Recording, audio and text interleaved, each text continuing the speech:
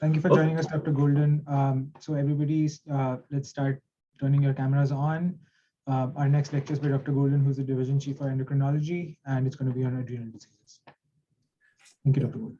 Thank you. Thanks very much. And thank you for asking me to talk on adrenal disease today. The way I've got this set up is, first of all, going to take you through really the commonest scenarios that you're going to see, both in the inpatient setting and outpatient in adrenal disease, but also to be aware of the less common cause of adrenal disease as well. So you're able to recognize these as well at the same time. And I've really divided this up into two parts. So adrenal insufficiency is a real common consult, a real common question that we get asked. I think it's good to spend a little time on that. And I think another really common area, which we see quite frequently, is the adrenal incidentalomas. So patients who are admitted for one reason or another, they've had a CAT scan, and on the report, maybe halfway down the report, there's a mention of an adrenal mass, maybe 1 to 2 centimeters in size, and how best to approach those as well. So I will be addressing that as well today in the presentation as well. So, and we'll have time for some questions then at the end, which I'll be going through with you all as well. So no disclosures. And as I say, at the end of this, hoping to really make sure we review the key cause of adrenal disease, understanding some of the investigation pathways and some of the tests that we're using to assess. And at the end, if anyone has any follow-up questions, feel free to use the chat box. I'll take the questions at the end and we can address those as well. So first of all, adrenal insufficiency. It's good to think about how to best to split this up. And we talk about primary, secondary, and tertiary. A majority of cases we see in primary are due to autoimmune disease or Addison's disease. Worldwide, tuberculosis is one of the commonest causes of primary adrenal insufficiency. So those are two things which we see under that group. In terms of secondary adrenal insufficiency, pituitary disease, including pituitary adenoma, or patients who are post-hypovasectomy for if they've had a treatment of a previous pituitary tumor, a lot of those will require long-term steroid replacement. And finally, also tertiary, so at a higher level, at the level of the hypothalamus, less common, but still another recognized cause. So these are the three main groups of patients that we see, and ultimately all have the same endpoint of resulting in hypercortisolism. So first of all, I'm going to take symptoms and signs. And adrenal insufficiency itself, the symptoms and signs, some of them can be quite vague, and sometimes it's a matter of really just getting as much detail as possible in the history and really trying to piece that together. And there are often a few clues. A lot of these patients are going to feel fatigue. There's going to be a loss of appetite. Weight loss is quite a common feature. As things progress, GI symptoms become progressively more common. They will complain of nausea, abdominal pain, and sometimes these patients can even present with what appears to be an acute abdomen and can appear like a surgical case in how they present. And I remember many years ago seeing someone who presented in this way as a query appendicitis, and it turned out that it was adrenal insufficiency. So it really is interesting. They can present in very varied ways. In terms of clinical signs, hypotension is a common feature. Hyperpigmentation because of the increased ACTH production in patients who have primary insufficiency.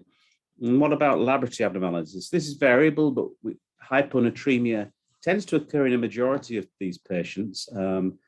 Hyperkalemia in a little over half. So those are commonest things that we tend to see. How do we diagnose it? So it really is a three-stage process. It's first of all demonstrating an inappropriately low cortisol secretion. So for example, the patient who's admitted in shock, a cortisol of 11 in the morning, well, that might be normal for someone who is fit and well. For someone who's in shock, that's clearly inappropriately low for that individual. So that's the first thing to say.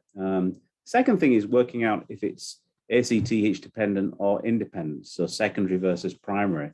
And then finally looking for an underlying treatable cause and just trying to work out what the underlying pathology is in terms of that case. So the AM cortisol is one of the commonest, basic screening tests we do when we're thinking of adrenal insufficiency. And, we know that when we look at the normal diurnal rhythm, we see peak cortisols in the morning. Although we know that doesn't apply to everybody. That rhythm gets shifted for shift workers. It actually varies. Other things can impact this as well. But for a majority of individuals, that early morning cortisol, if it's between 10 and 20, that is going to be satisfactory. The key thing about this test, though, is if you have a patient where there's an extremely strong suspicion of adrenal insufficiency, you're probably going to want to do more than the AM cortisol and do a cosyntropin. This is a really useful test for where your pre-test probability is moderately low and you're really wanting to rule something out. You're maybe less concerned as that, and it's a little further down your differential diagnosis. And that comes out in the sensitivities and specificities. So if we use this as a tool for excluding adrenal sufficiency, the sensitivity is about 62%, specificity about 77%. So less than for a cosyntropin, but it's a useful basic tool to actually try and screen out some of the cases.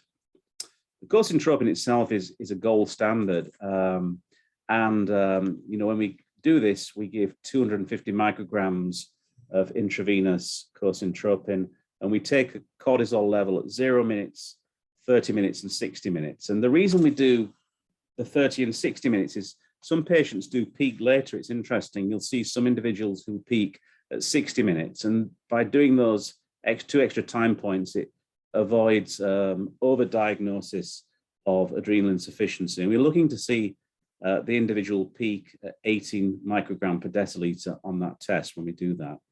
And a normal response to that test will exclude primary adrenal insufficiency and most cases of secondary adrenal insufficiency. And the reason I say most is if there's been a very recent onset of secondary insufficiency and the pituitary is making less ACTH, the adrenal cortex may not have atrophied sufficiently to not to respond to the ACTH. So really it's where patients have got established secondary deficiency, and this has been going on for a little time. And because of that reduction in ACTH production from the pituitary, the cortex tends to atrophy.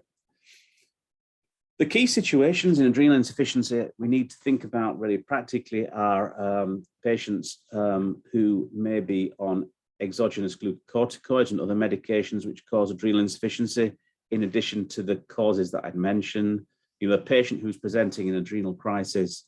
And I think also about what we should do about dosing of hydrocortisone for patients undergoing procedures, tests, investigations, etc.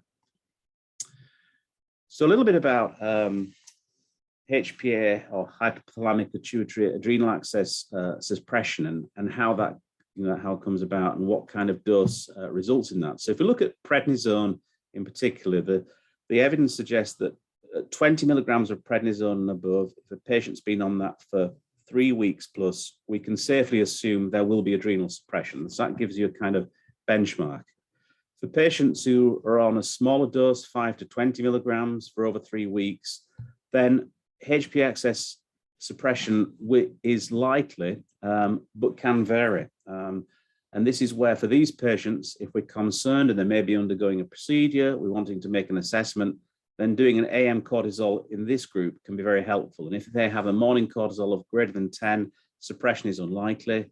Between 5 and 10 in the equivocal range, we may want to do a cosyntropin. If it's less than 5, they're clearly suppressed and would need IV steroid cover during procedures if they're due to undergo any procedures. So this just helps us kind of subdivide this out a bit. So as you can see, there's some variability in suppression, particularly in that 5 to 20 milligrams prednisone range. What about other drugs? So opioids will suppress the HPA axis. And so any patient who's on more than a morphine equivalent daily dose of 100 milligrams will have suppression. And the evidence suggests that occurs in actually as much as half of patients, but between 10 and 50%. So it's quite interesting. And you do see patients who've been on chronic opioids on higher doses who can present with the symptoms and signs of adrenal insufficiency. What's tricky for these patients is some of those symptoms and signs can overlap with the side effects of opioids as well. Another group of drugs which we've seen more in recent years causing a very acute picture of adrenal insufficiency are what we call the checkpoint inhibitors. And this includes a drug ipilimumab, Opdivo, and these are used in cancer patients. And so the classical presentation will be someone who's had a recent treatment for their melanoma and they come into the emergency room with a low blood pressure, some of the symptoms and signs of adrenal insufficiency, and they will have probably in most cases an undetectable ACTH and a low cortisol. And what appears to happen is that there is a specific loss of ACTH producing cells in individuals who receive these medications. And interestingly, that tends to correlate more with the patients who've responded better on the cancer treatments. The people who are the better responders on the cancer treatment are more likely to develop this isolated ACTH deficiency. So it's just something to bear in mind if you see someone in this situation, that this is a possible diagnosis. And then finally, megestrol or high-dose progesterones, which are used also sometimes as an appetite stimulant at high doses, can also result in suppression of the HPA axis. So these are some of those drugs which you will see which can result in that. So what about the patient who is adrenally suppressed or has adrenal pathology? They've got, they're presenting in crisis. What are the features to think about, and which I've alluded to just in the earlier slides? So really hypotension, dehydration, and particularly shock out of proportion to the severity of the illness. So someone who's maybe got slight temperature and their blood pressure is much lower than you would expect. That's the time to think about this. Patient with acute abdominal pain, hypoglycemia, fever, nausea, vomiting, some of the electrolyte anomalies I mentioned, and then some of those other features. And we do see more patients with Hashimoto's or history of autoimmune thyroid disease presenting with hypoadrenalism just because of the autoimmune associations. So that's another thing to point out. I think the most important thing I would mention with any patient who's suspected to have an adrenal crisis, or we're even considering that diagnosis, it's very reasonable just to start the treatment before doing all of the tests. I mean, it is possible to, and I would recommend that cortisol and ACTH and chemistry be drawn before giving that first dose of steroid, just so we've got baselines to go off, because it's going to be very helpful if we have a patient who's coming in shock and that initial cortisol is inappropriately low or inappropriately low normal. It gives us a baseline and helps with our assessment. So we can always then do the cosintropins further down the line as we assess. So prompt treatment, I think, is the key. And the treatment is exactly what you'd expect. It really is good IV access, drawing those initial labs, replacement of isotonic saline with close monitoring of their hemodynamic status and measurement of their electrolytes, and giving a bolus of 100 milligrams of intravenous hydrocortisone followed by 50 milligrams every 6 hours is a good standard approach for these patients, and will give them adequate cover in terms of their replacement. Thinking then as that patient improves and they've come through that crisis, and we're wanting to think about what dose of hydrocortisone they should be taking, we can base this on the daily secretion rate of cortisol. And what you can see here is actually it varies quite widely in normal subjects, by a factor of as much as fourfold, which is interesting. But if we look at how that dose is equivalent to hydrocortisone, it usually results in an equivalent dose of about 10 to 25 milligrams of hydrocortisone. So physiologically, that's equivalent to what the equivalent of most adrenal production most individuals. And we tend to split that into 2 or 3 divided doses during the day. We'll maybe give the first dose at 8 o'clock in the morning, the second dose at 2 p.m. in the afternoon. And occasionally a late afternoon dose, but we avoid evening dosing because that can affect sleep quality in patients with adrenal insufficiency. And just as a kind of reminder, so hydrocortisone 20 milligrams, which is a typical dose, is roughly equivalent to prednisone 5 milligrams. During illness, for the patient with adrenal insufficiency, and this is a question we often get asked is, what about one of these patients who's maybe undergoing a procedure? And we recommend giving 100 milligrams of intravenous hydrocortisone just before induction anesthesia, and then 50 milligrams IV 6 to 8 hourly after that, then double the usual oral dose and then tapering to their usual home dose. For the patient who's ambulatory, who may have fever, for a high fever, over 102, we recommend tripling the dose for 3 days and then reducing down. For a low-grade fever, doubling the dose. And there's a very good guideline online, which I would recommend. It's this website here. It's www.nadf.us, and it has a really good handout on stress dosing guidelines for patients with a diagnosis of adrenal insufficiency. And I think that's the important thing to mention is, if the patient has these very clear guidelines, it really helps with their self-management. And that includes what they should do if they're going for a dental procedure, if they're going, to have another investigation, or even at times of other illness. It gives specific recommendations for that patient, so very helpful for them. So that's a broad overview of adrenal insufficiency and some of the key things to be thinking about for these patients. And what I'm going to do next is go on and talk a bit more about the patient presenting with an incidentalloma, and then go on and move through some of the syndromes of hypersecretion of hormones by the adrenal, the various syndromes that we look for and look to detect in these patients. So a definition, first of all. So incidentalloma.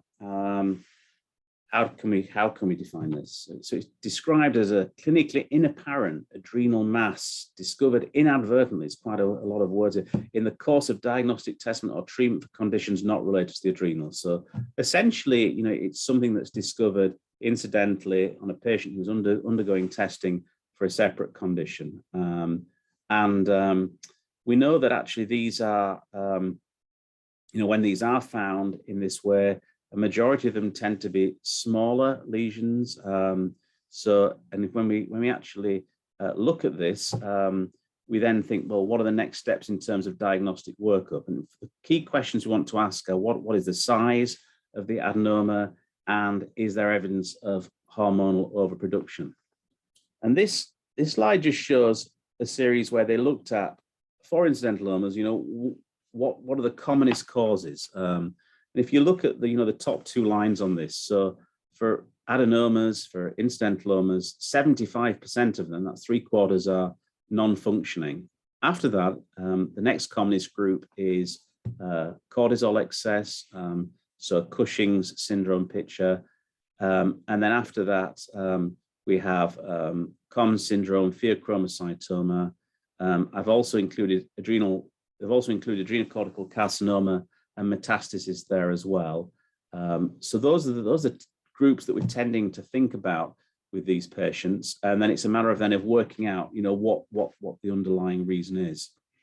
And this shows really just that approach which I've just described there, and what we're looking to do. And we're running 2 processes in parallel. We're really looking at the imaging and asking, is this a malignancy?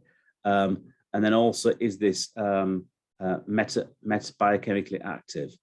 And what are we looking at in terms of size and imaging characteristics? So we're looking at particularly this 4 centimeter cutoff. Generally benign lesions are going to be under 4 centimeters. We're looking at the appearance in terms of the Hounsfield unit. So it's really helpful if you've got the CAT scan to, and if it's not on the CAT scan, to ask the radiologist if they can make a determination on Hounsfield units. So less than 10, more likely to be benign, more of a fat-rich benign lesion. It's greater than 10, it's more likely to have malignant features, be hypervascular as well. For that group of patients where we see the suspicious features, we can go on to do additional investigations. So PET-CT, that's FDG PET-CT has been used, and that's particularly helpful if we're concerned and we have a patient with malignant disease, to see if this is metabolically very active tissue, which is highly malignant tissue. MIBG is used, really for the patient with Theochromocytoma as well. Moving to the biochemical screening side here. So there are 3 main groups we want to screen for. So there's the Cushing's group, and for that, the best test is the 1 milligram overnight dexamethasone suppression test, where we get the patient to take 1 milligram of dexamethasone between 11 and midnight, and the next morning at 8 o'clock, draw a cortisol level. We do tend to, along with that cortisol, also draw a dexamethasone level, and that's just to really just confirm that they have taken the dose correctly and that the dexamethasone is an appropriate level. And they should suppress down to less than 1.8 on that test. In terms of other things that we do, for screening for excess catecholamines, the 24-hour urinary metanephrines is extremely helpful. And then finally, in addition, we would check for the aldosterone-renin ratio, thinking of cons, and also adrenal androgens. Very occasionally, you can see some of these tumors which will secrete testosterone as well. So those are the key things that we would say. Now, how common is this? So interestingly, autopsy, 10% of patients will have some form of adrenal adenoma and would not have known this during their lifetime. So there's a lot of these go undiagnosed, but that proportion that go undiagnosed is likely to become less and less as more patients have imaging. And as I say, the two key things to come back to that, is it hyperfunctioning? Is it malignant in its behavior or its appearance? And the main groups which I've described there are Cushing syndromes, hyperaldostirianism, Theochromocytoma, and also virilizing tumor, which is actually very rare. If we see some with that, and it's very rare, there's going to be generally a rapid onset of hair growth in female patients. Even rare in that, sometimes they can also secrete estrogen. And so particularly in males, there may be a history of gynecomastia, but that is extremely rare and, something that's not likely to be seen really. So in terms of malignancy risk, as I say, we look at the fat content, the density, we look at the contrast washout and the rate of washout. Interestingly, Theochromocytoma tends to have a higher density. A majority of Theochromocytomas are benign. And if the density is less than 100 Hounsfield units, then they're more likely to be 10 Hounsfield units, they're more likely to be benign. In terms of management, so when we're thinking about surgery for a lesion over 4.5 centimeters, we're more likely to be referring these patients for surgery. They're more likely to refer them if the appearance is of concern, and also if they're metabolically active, hormone-producing tumors. In terms of follow-up for masses less than 4 centimeters in size, we tend to want to repeat the CAT scan in 6 to 12 months to see if there's any evidence of growth, to see if the tumor is growing. And for a majority of patients, particularly for the smaller growths, they tend to behave in a very benign way and tend not to grow over time. And the final thing we're doing, as I say, is performing the hormonal screening tests. So what I'm going to do now is, having just reviewed some of that approach to the incidentaloma and the different groups, you just go into the key main syndromes we're looking at now in patients with adrenal hypersecretion. So take Cushing syndrome first, and thinking about symptoms and signs. So a lot of you will know this well, weight gain, tiredness, muscle weakness. Stretch marks is also very common. They'll complain of multiple stretch marks. Also acne and facial rounding as well. They tend to have this classic distribution, as we all know, of central obesity. There's often a history of proximal muscle weakness. And interestingly, if you ask them, do you have difficulty getting up from a squatting position? They will all say yes, because they get really profound loss of muscle strength. A lot will complain of easy bruising, and then often these changes in facial appearance, as I say, stretch marks, and there's sometimes there can be this very plethoric appearance. It is a spectrum, however, though, and you can have one patient who may have very mild symptoms of Cushing's versus a patient who's got much more florid, extremely plethoric, central obesity. So you really do see this total spectrum of presentation, which is one of the interesting things about Cushing's. So in terms of diagnosis, I've mentioned the 1 milligram overnight dexamethasone suppression test. Where we think that may be difficult for various reasons, we can do a 24-hour urinary cortisol collection, and we check the cortisol and creatinine together. We can't really interpret the cortisol just by itself. We have to have the creatinine alongside that to make sure the urine is an appropriate specimen. And the other test that we've used more in recent years, a test called the late night salivary cortisol, which is where we give the patient a saliva swab, which they'll chew at midnight, put it in the fridge, bring it back to the lab the next day. And, we see this loss of diurnal rhythm in Cushing's disease. So that will be inappropriately high on the salivary cortisol. And That's also a good test that we use for detecting recurrence of Cushing's disease as well. When we look at Cushing's disease and how it tends to split out, so the majority of cases tend to be the Cushing's disease pituitary with pituitary source of ACTH, and more of a minority where the primary pathology is in the adrenals. That's adrenal Cushing. So about 15 versus 90%. And the other 5% tend to be more related to ectopic ACTH, so small cell carcinomas, carcinoid tumors as well. So we're really trying to work out, which of these it is. In addition to adrenal Cushing's, we can see, that this can sometimes be from exogenous steroid use, of course. In terms of differential diagnosis, once we're considering the diagnosis, checking the ACTH is, as I say, is very careful, then is an important point. And then from there, we're moving on to the imaging. And that's either going to be a CT scan of the adrenals or an MRI of the pituitary, depending upon what we think is the most likely underlying cause. So thinking about this, what are the commonest questions that tend to come up in exams on the patient with Cushing disease? So particularly, it may be a patient who has an ACTH in the normal range with all the signs of Cushing's. And I think that's where we want to think that ACTH-dependent Cushing's may not always have an elevated ACTH. It may be at the upper end of the normal range. So that's something just to be mindful of. Versus the patient who's got adenoma in one of the adrenals, which is overproducing cortisol and suppressing the ACTH down. So that's a little bit about Cushing's.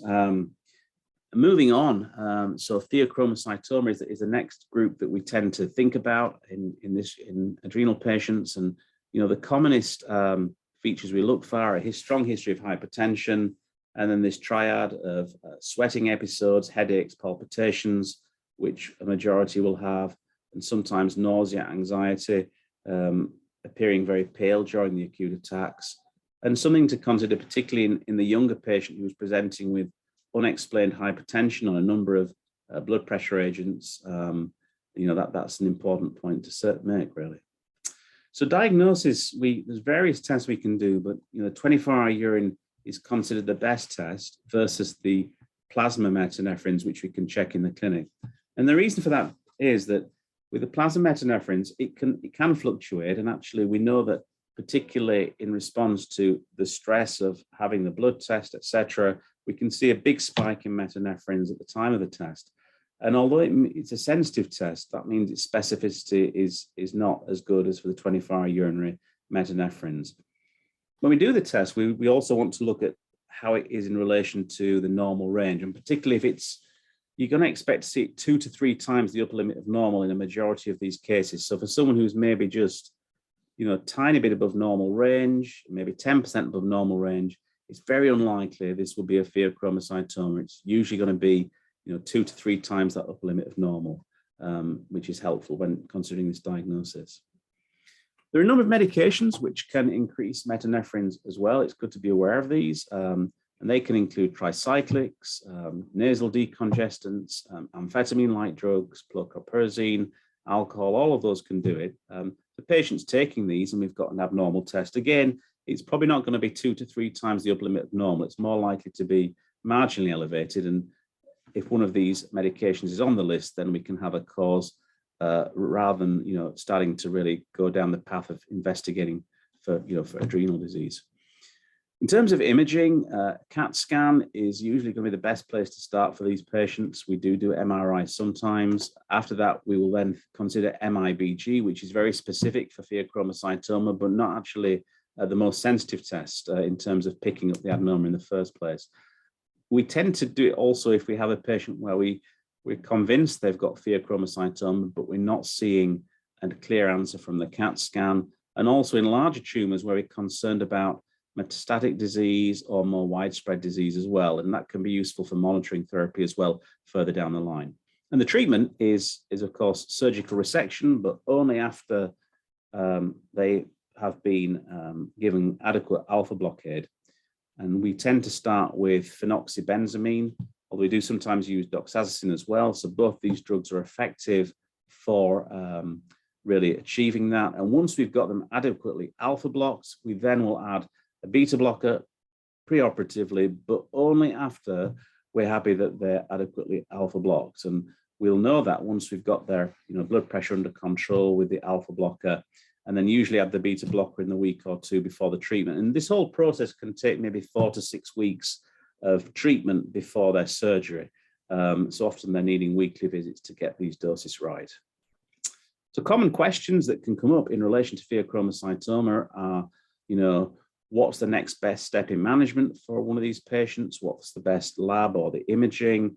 And really emphasizing this point of alpha blocking before adding the beta blocker. That's a key question that is often asked. So just good to be aware of those questions, really. So moving on from that, so we've covered Cushing's, Theochromocytoma, primary hyperaldosteronism is the next big group. And this tends to really be picked up in younger patients with a history of hypertension, which is often difficult to control on multiple agents. That's often the biggest clue. There may be hypokalemia, but that's not always a sensitive marker. Some of them may be on potassium replacement as well. So those are key things that you may see.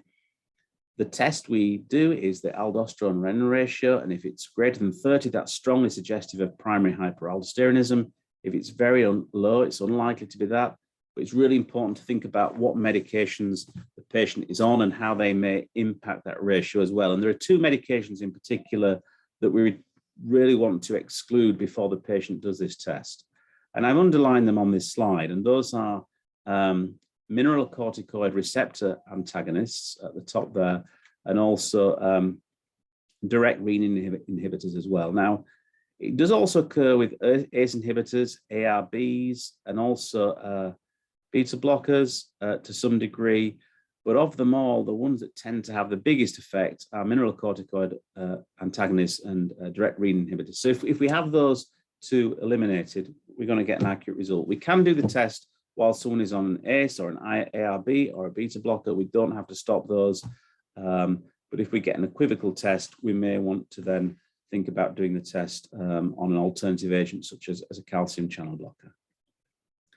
And once we've got the testing done, then that's suggestive and abnormal, then we'll move on to imaging. And that's going to show one of 2 things. It's either going to show a solitary nodule, which is likely making excess aldosterone, or bilateral. If it's a solitary nodule, we're more likely to proceed to adrenalectomy after doing a procedure called adrenal vein sampling, where we measure the aldosterone on each side next to each adrenal gland to confirm that we're lateralizing the aldosterone. If it's bilateral, we're going to think about treating medically with either spironolactone or plenarinon, and both these are very effective therapies for blocking the effects of aldosterone, but can have side effects, including potassium effects and gynecomastia. The gynecomastia is less with the plenarinon. That's why we've been using that more in recent years. So less common examples, which I'd mentioned earlier, when we're thinking of looking at adrenal masses and what can be causing them, are the adrenocortical carcinomas. They're going to have those imaging characteristics I'd mentioned. There may be this rapid history of virilization, an extremely elevated testosterone level, and finally adrenal metastases, particularly in the with a background of history of cancer. And if there's extensive involvement from the metastases, then we may need to also think about adrenal insufficiency as well for those patients. So this kind of summarizes, this slide here summarizes what I've been saying about the imaging. So really, we're thinking about size, growth rate, shape and margins, composition, attenuation, looking at then uptake on FDG PET if we're worried about a metastasis. And then once we start to put that together with the biochemistry, it becomes pretty apparent really what the most likely cause is, and where we're going to go in terms of treatment, and if this patient's going to be referred to the adrenal surgeon. And this really just summarizes also what I've been saying in terms of the adrenal endostentiloma, and this kind of parallel approach of looking at the imaging characteristics alongside the biochemistry, thinking of this 4 centimeter cutoff. Are there features which make us concerned? Maybe discussing with our radiologist to say, look, what's your view on this appearance of this in terms of, Hounsfield units, and that will all help guide us in terms of, if we're going to be, more cautious in terms of proceeding with surgery, versus also then doing the biochemical evaluation and looking to see if there's anything suggestive of autonomous hormone secretion. But again, as I said at the start, a majority of these will be non-functioning, 75%. So for a majority of cases, it's going to be a repeat CAT scan and do very little. We're just trying to select out those ones where we need to take action. So that's been a general overview of, adrenal insufficiency, also the insulinoma and the commonest syndromes of adrenal hormone excess secretion. What I've got going to do now in the closing minutes, so the next 10 minutes, is just take you through 5 cases, 5 MCQs. And for these, well, when I get to the MCQ, if you just want to type your answer in the chat box, and I'll just have a look and just we'll take the majority answer, and we'll go through each one in turn. So case 1 is a 26-year-old lady who's been seen in the ICU for hypotension and fevers, and she actually gives a history of weight loss over several months, also nausea and abdominal pain. She's hypotensive, blood pressure of 76/46 despite the fever, tachycardic, appears ill. She's got a low sodium of 132, potassium of 5.2. Her AM cortisol is 9.6. Normal range normally for cortisol would be 4 and 18 in a well individual. So the next question is, which of the following is the best next step in the management of this patient? Do you want to send her to the CAT scan? Do you want to do a cosintropin test? Do you want to measure the glucose, give intravenous hydrocortisone, or site consult? And let's just get some answers in the chat box. That'd be great. That's great. Okay, well done. Yeah. So everyone's got the right answer. So that's really what I'm trying to highlight here is, as I said earlier, it's, treat first, ask the extra questions later. We want to get the hydrocortisone started for this patient. And the cortisol there was inappropriate for her at 9.6. It should be really in the 20s. For someone with cortisol this level, so someone as sick as this, we'd expect to see the cortisol in the 20s. So we really want to get her treated. So second case is a 43-year-old man who's been referred for resistant hypertension, hypokalemia. He is taking a number of agents, amlodipine, carvedilol, spironolactone, metformin, and potassium chloride. And his blood pressure on all of that was 148/96 in his primary care physician's office 4 weeks ago. And he had his aldosterone renin activity checked at the same time whilst he was on this range of medications. So when he comes back, his blood pressure was 133/86. His aldosterone was 35, renin of less than 0.6, a sodium of 142, and a potassium of 3.6. And the question here is, for this patient, what's the next best step for this individual? Is it to stop the amlodipine for 6 weeks and repeat the test? Stop the spironolactone for 2 weeks, use an alternative agent if needed, and remeasure the aldosterone renin activity again? Do a CAT scan with fine cuts of the adrenals, adrenal MRI, or start a pleuronone? And I'll just get everyone to put your answers in the chat box again. Great. Yeah. Brilliant. B, yeah, absolutely. So that's what I really wanted to highlight there, was that spironolactone is the one we tend to be concerned about, and DR direct renin inhibitors as well. So these are the ones that are really going to impact their result. And if we can take him off that and then reassess, then we can decide then on next steps in terms of investigations. That's great. Okay. And the tests we tend to do, as I say, we look at this renin-aldosterone ratio first. We look to move to confirmatory testing, and the test we do is also, we can do a test called a a saline suppression test where we actually give the patient a saline infusion, and then we measure their aldosterone response to that saline infusion. And what should happen is after the saline infusion, the aldosterone level should fall. So we call that the salt suppression test, and that's a really useful confirmatory test once we move through this initial screening. And then after that, we'll go to a CAT scan.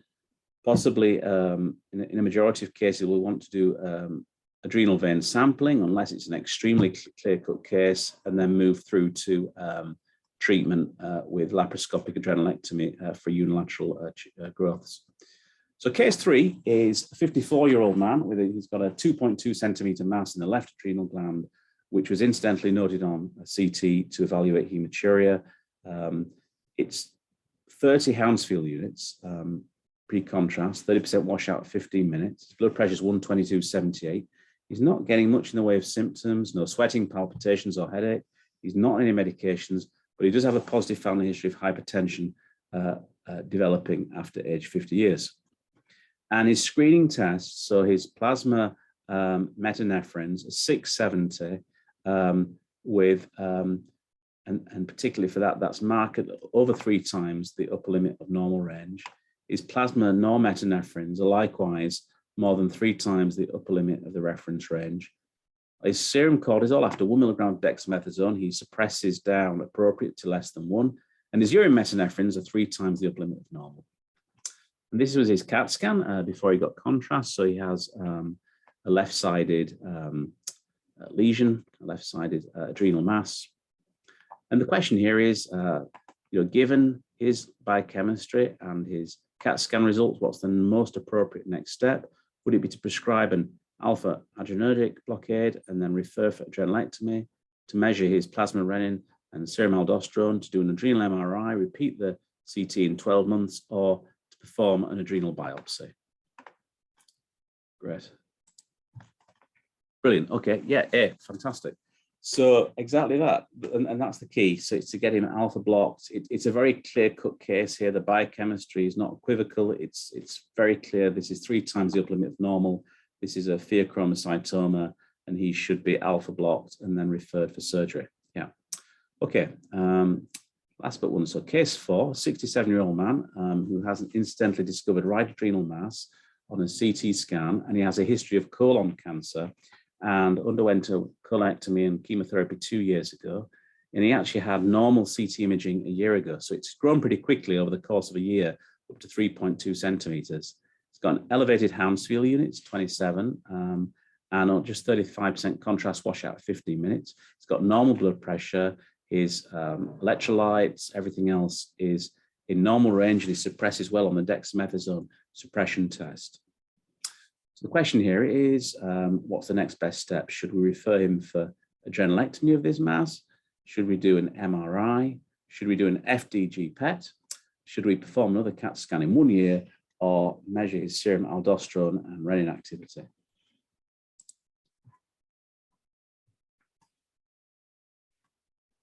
Okay.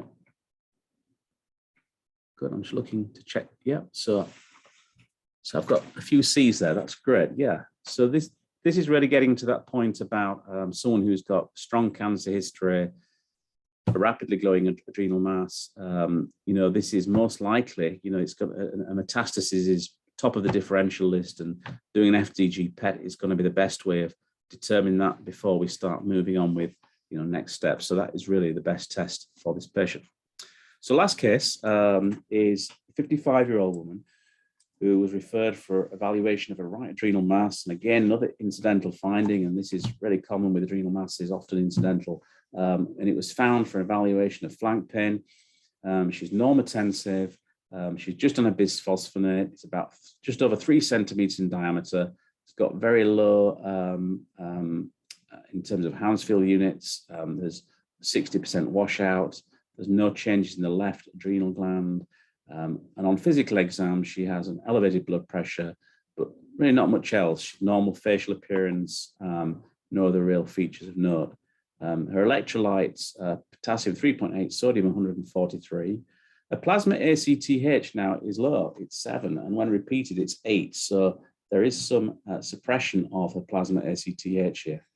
A DHEA is also low, and what I can share is DHEA is an adrenal androgen, which is regulated by ACTH secretion. So where there's been some chronic suppression of ACTH production, the DHEA will be low. So this will be consistent with that degree of ACTH suppression we're seeing going on for a little time.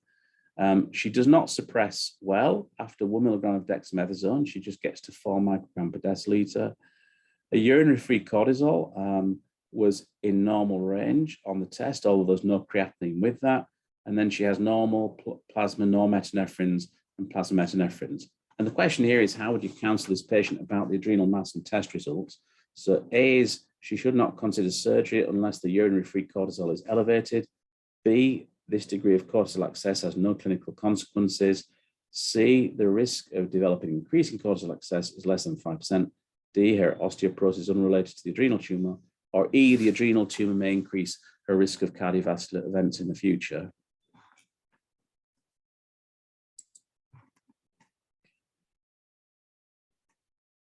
So we'll go at that one. Yeah. Okay. Great. Good. Okay. Yeah, I've got a couple of E's. Yeah. Great. Okay. So E is absolutely right. The problem with that urinary free cortisol is there's no creatinine to be able to corroborate it. And we've got 2 dexamethasone suppression tests, which are showing us the same thing. And when we look at adrenal tumors and long-term cardiovascular mortality, and the graph on the right here shows cardiovascular specific mortality for patients with Cushing syndrome. The blue is actually a worsening Cushing's. The green is more of a stable, milder phenotype. All of these patients do have increased longer-term cardiovascular morbidity and mortality. So that is the key message for cortisol excess. And it can be a spectrum. Some individuals may have very mild cortisol excess versus the patient who has much more florid Cushing's as well. So those are the cases. What I'll do is, in terms of, everything, what I've hoped to do is just give you just a general overview there of, the commonest things that you'll see, as well as the not so common. I think in terms of adrenal insufficiency, the AM cortisol is a great screening test, but it has pitfalls. It's not perfect, as I've said. Cosintropin, where we have a high index of suspicion, is the way to go. I think thinking about adrenal suppression and maybe actually making sure that sometimes we actually, we reflect on that when patients are needing to go for procedures, if they do have adrenal suppression, that they might need cover. And often, thinking about, getting treatment started early where we're considering the diagnosis. In terms of incidentaloma, very common. It's, over the age of 70, as much as almost 1 in 10, but rare in younger patients. About 10% of those patients with an incidentaloma, or maybe just slightly more than that, will definitely have autonomous secretion of adrenal hormones. And, the unenhanced CAT scan is a good place to start from. And then we would then reassess from there. In terms of Theochromocytoma and other causes of hypersecretion, such as COM syndrome and Cushing's, for every incidentaloma, it is recommended to screen for hormone excess, and really to look then to see what the best pathway is going to be for that patient in terms of surgical excision. Thank you very much. I hope that's been helpful. And if there's any questions, please feel free. Thank you for that, Dr. Goulden. I see a question from Eric in the chat. He says that patients on PO hydrocortisone for HPA depression, for whatever reason, do you follow and adjust the dose with serum cortisol? Yeah, so exactly. So if we've got someone who has got, that HPA suppression and they've had a long and it's been suppressed for some time, we will treat them with hydrocortisone initially. But if they've had, let's say, chronically suppressed, and I've had a few cases like this over the years, so typically maybe a patient who was on 30 milligram of prednisone for 2 years, that's an example I would take.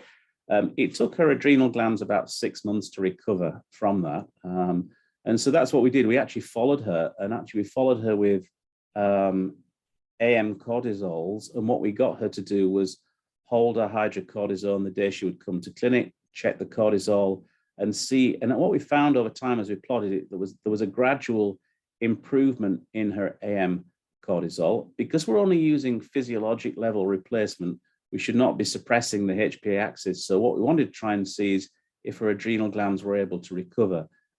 For a majority of patients who've been on, let's say, on steroids for over 3 weeks, their adrenal glands will recover, but it can sometimes take, a few months.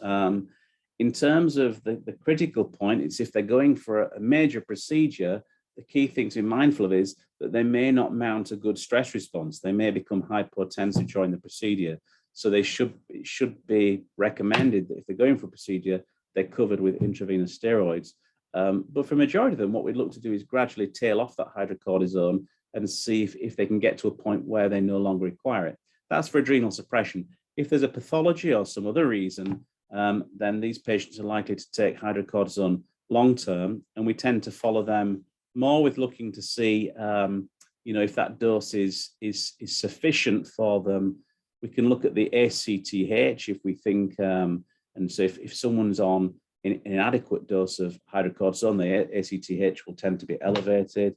We can also look at lying and standing blood pressures, because some of these patients may also need mineralocorticoid recovery as well. But if it's all due just to steroid suppression, a majority of them, the adrenals should recover after some time.